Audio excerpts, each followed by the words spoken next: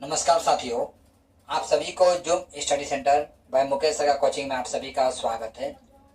आज मैं आप सभी के समूह के असम का फुलगुड़ी धवा से संबंधित आज की क्लास में मैं डिस्कस करने वाला हूं। तो समय न गंवाते हुए हम टॉपिक्स की ओर बढ़ना चाहूँगा। इससे पहले आप सभी से आग्रह है, यदि आप नए हैं तो मेरा चैनल को सब्सक्राइब कर दीजिए और इस वीडियो में अंत तक बना रहिएगा। वीडियो स्किप करके मत देखिएगा। देखिए, असम का फुलगुड़ी धवा एग्जाम की नजर से देखा जाए तो यह आपके लिए अत्यधिक इंपॉर्टेंट टॉपिक्स है। ठीक है,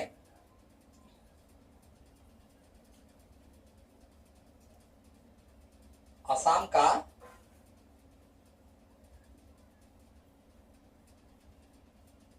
फुलगुड़ी धावा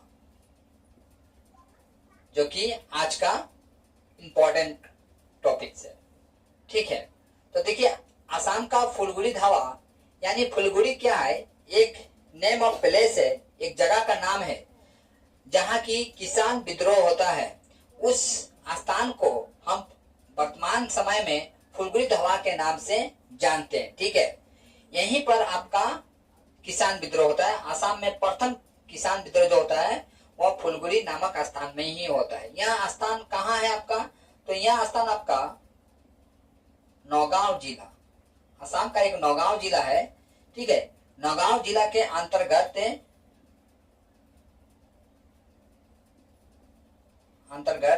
आपका फुलगुड़ी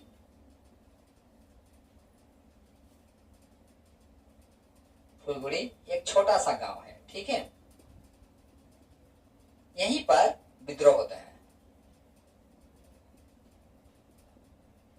अच्छा, यहाँ पर कौन से जनजाति रह रहे हैं? तो यहाँ पर असम में एक जनजाति पाए जाते हैं जिन्हें हम तिवा जनजाति के नाम से जानते हैं। तिवा जनजाति, तिवा जनजाति का मुख्य पेशा देखा गया तो इनका मुख्य पेशा था आपका, यानी जीविका, इनका जीविका था अफीम का खेती करना। अफीम का खेती करना। ठीक है, ब्रिटिश जो है अफीम का अंतरराष्ट्रीय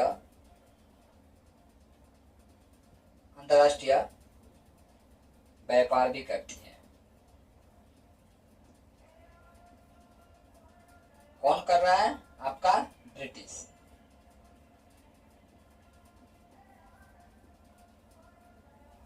ठीक है, अब हम देखते हैं फुलगुड़ी नामक स्थान में जो कि तिवा जनजाति वहां खेती कर रहे थे। अब ब्रिटिश क्या करती है? इन्हें रोक लगा देती है कि आप अफीम का खेती नहीं करेंगे। जब अफीम का खेती पर रोक लग जाता है, अफीम का खेती पर रोक लगा दिया जाता है। किसके द्वारा? ब्रिटिशों के द्वारा। तब तिवा जनजाति जो है, ये आपका तिवा जनजाति, ये आपका क्या हो जाते हैं? नाराज हो जाते हैं, क्योंकि इनका जीविका क्या था? अफीम का खेती करना था। अब हम देखते हैं आपका ये तिवा जनजाति जो है आपका 17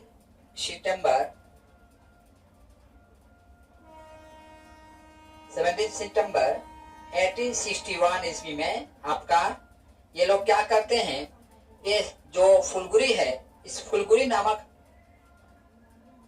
स्थान में लगभग 1500 किसान इकट्ठा होते हैं और इकट्ठा होकर ब्रिटिश के नीतियों के खिलाफ आवाज उठाते हैं। ठीक है, और हम देखते हैं तब के समय में जो लेफ्टिनेंट जो था, हम देखते हैं आपका नौगांव जिला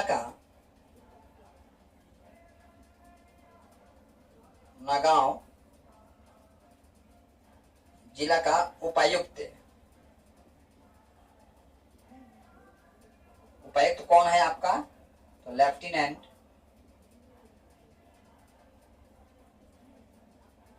हार्वर्ड एस्कॉन है। ठीक है।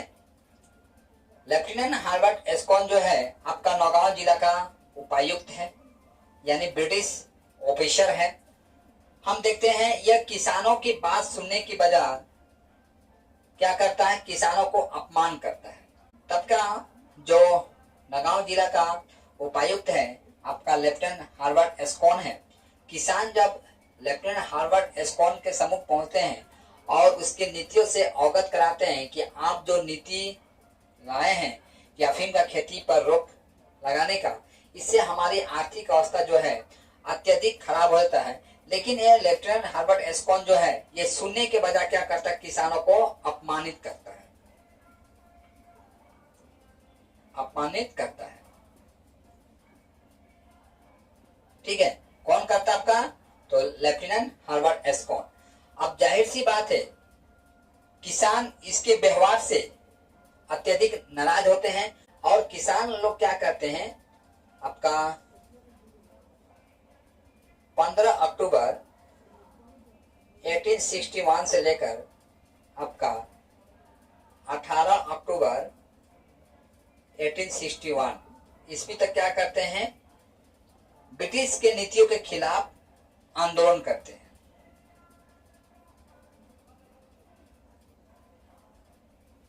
ब्रिटिश के नीतियों के खिलाफ आंदोलन करते हैं।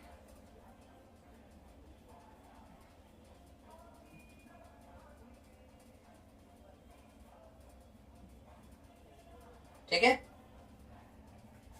चलिए आप इतना स्क्रीनशॉट लीजिए। इसके पश्चात हम लोग आगे की तरफ बढ़ते हैं। अब देखिए, जैसे कि आप जाने कि ये लोग अल्टीमेट 5 दिनों तक ब्रिटिश के नीतियों के खिलाफ आंदोलन करते हैं। तो लेफ्टिनेंट हर्बर्ट एस्कॉन जो है अब विद्रोह को दबाने के लिए अपना असिस्टेंट को भेजते हैं। ठीक है, असिस्टेंट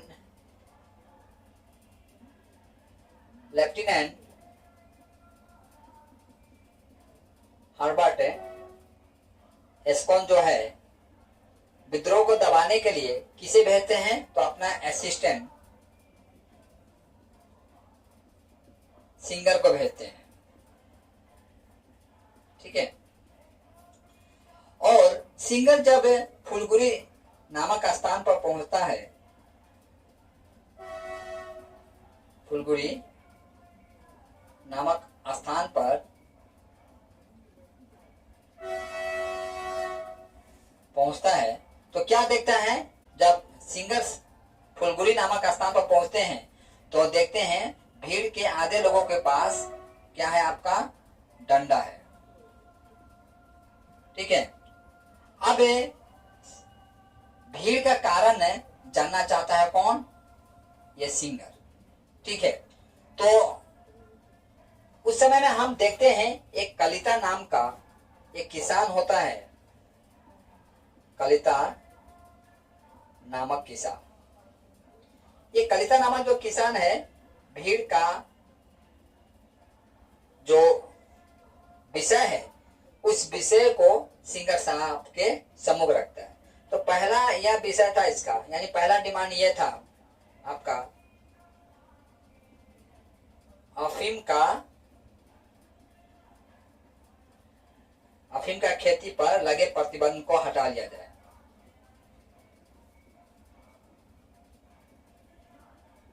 प्रतिबंध को हटा लिया जाए। ठीक है, पहला डिमांड। दूसरा डिमांड यह रखता है पान तांबुल। ठीक है, पान तांबुल की बिक्री पर भी कोई कर ना लगे, कर ना लगे। अच्छा, यहाँ एक और बात बताना चाहूंगा। आसाम की जनता का सबसे प्रिय कोई नशा द्रव्य पदार्थ है, वह है आपका पान और तांबुल यानी सुपारी। ठीक है, अच्छा अब क्या होता है, सिंगर साहब को गुस्सा आ जाता है। ठीक है, किसे गुस्सा आया, सिंगर साहब को। जब सिंगर साहब के सामने कलिता या अपना डिमांड को रखता है तो सिंगर साहब गुस्सा हो जाते हैं और सिंगर साहब विद्रोहियों को घर लौट जाने का आदेश देते हैं। का आदेश देते हैं और पुलिसों को आदेश देते हैं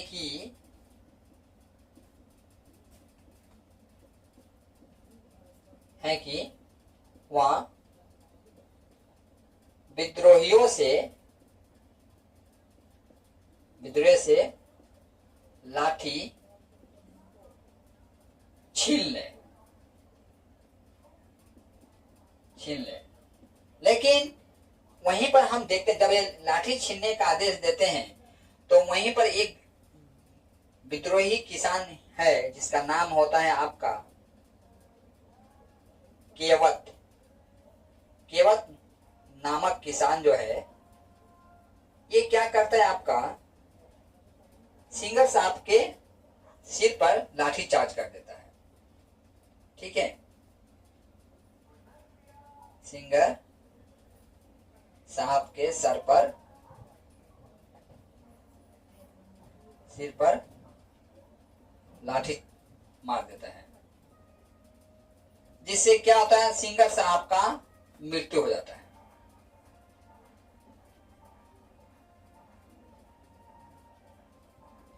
और अब सिंगर साहब के मृत्यु होने के पश्चात यह केवट नामक जो किसान है, यह क्या करता है, असम का एक नदी है कलंग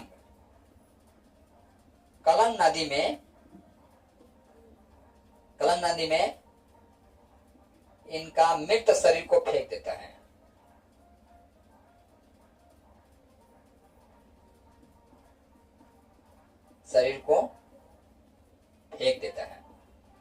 और सिंगर साहब के साथ जब इस तरह का घटना का अंजाम दिया गया तो बाकी जो सैनिक जो थे, यानी बाकी ब्रिटिश सैनिक जो है वहां भाग जाते हैं। ठीक है, अब ब्रिटिश यहां शांत नहीं बैठने वाली थी, जाहिर सी बात है। चलिए बाकी बातें बाद में जानते हैं, पहले इतना आप स्क्रीनशॉट लीजिए। देखिए, इन सब घटनाओं के पश्चात ब्रिटिश सरकार जो है विद्रोही किसानों को दबाने के लिए अपनी ओर से हर संभव प्रयास करती है, लेकिन विद्रोह को दबाने में सक्षम नहीं हो पाती है और इस घटनाओं को ही फुलगुरी धावा के नाम से जाना है।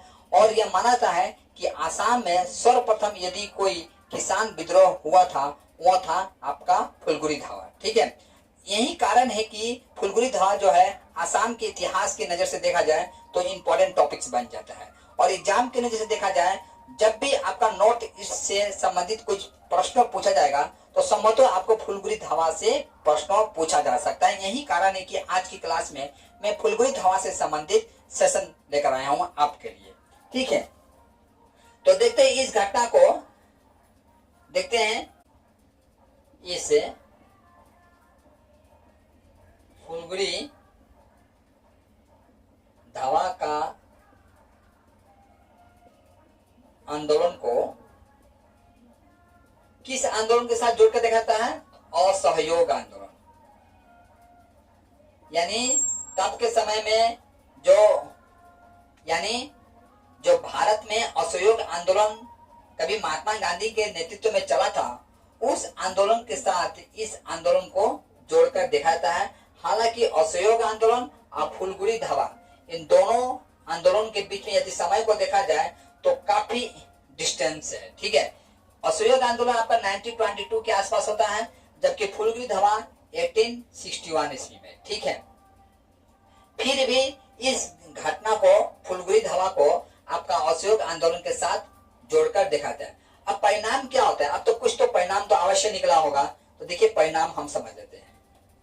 इसका परिणाम यह निकला आपका लक्ष्मण डेका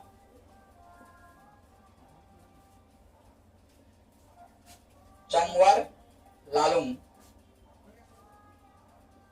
और रंगबर डेका, रंगबड़ डे का, ठीक है। इन सभी को क्या कर दिया जाता है, आजीवन कारावास का फांसी, इन सभी को फांसी दे दिया जाता है। और बाकी जो विद्रोही थे, बाकी विद्रोहियों को आजीवन कारावास का सजा,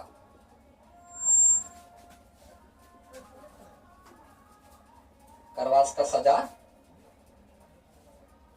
सुनाया जाता है।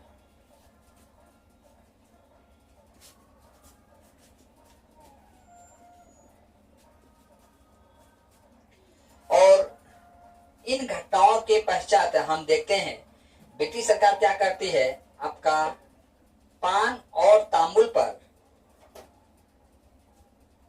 जो कर लगाकर बैठी हुई थी, कर को हटा देती है, ठीक है। और इस तरह से हम देखते हैं आपका असम का किसान भाई सर्वप्रथम अखिल भारतीय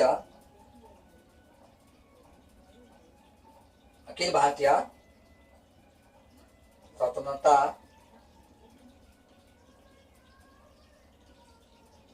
आंदोलन से जुड़ते हैं।